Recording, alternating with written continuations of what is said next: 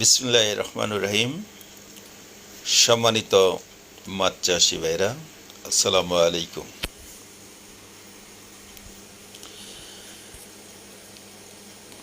আগামীকাল আমি একটা ভিডিও ছেড়েছিলাম যে পোনা কিভাবে বাছাই করে বা ফিল্টারিং করে বড় পোনাগুলি আমরা এই জায়গা থেকে নিয়ে যাচ্ছি, আর ছোটগুলি দেখেন চালনির মাধ্যমে নিচে পড়ে যাচ্ছে।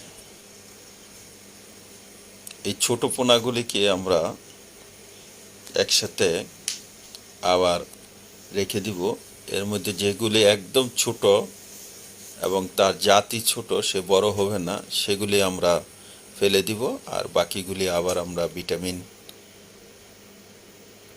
খাওয়ায়ে নতুন খাঁচায় দিয়ে দিব। তার জন্য আমরা 15 দিন অপেক্ষা করব। তো দেখতে পাচ্ছেন আমরা কিভাবে পোনা গণনা করে খাঁচাতে দিচ্ছি। একটা কথা মনে রাখবেন, যেই কারণে আজকে আমি এই ভিডিওটিতে আবার আসলাম, যে এই পোনাগুলি অনেকেই জিজ্ঞেস করতেছে যে পোনাগুলি ছাড়ার পরে পোনার কি অবস্থা বা ওই পরিচর্যা পরবর্তী সময়ে এগুলি কিভাবে করা হয়, এগুলি একটু তাদের জানানোর জন্য। দেখেন, আমি অনেকগুলি খাঁচায় গতকালকেও পোনা ছেড়েছি, আজকেও ছেড়তেছি। এই পোনাগুলি ছাড়ার ফলে আপনারা একটা জিনিস খেয়াল করতে হবে,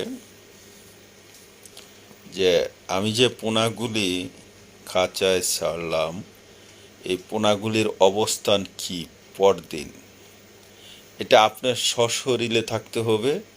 আপনি যদি মনে করেন যে না, আমার ভাই, ছোট ভাই বা আমার বাগিনা বা আমার খুব ঘনিষ্ঠ কর্মচারী বা আমার ভালো আত্মীয় স্বজন, তারা আমার প্রজেক্টকে আমার চেয়ে অনেক বেশি ভালোবাসে, তারা এটা পরিচর্যা করে, তাহলে এই জিনিসটা ভুল করবেন।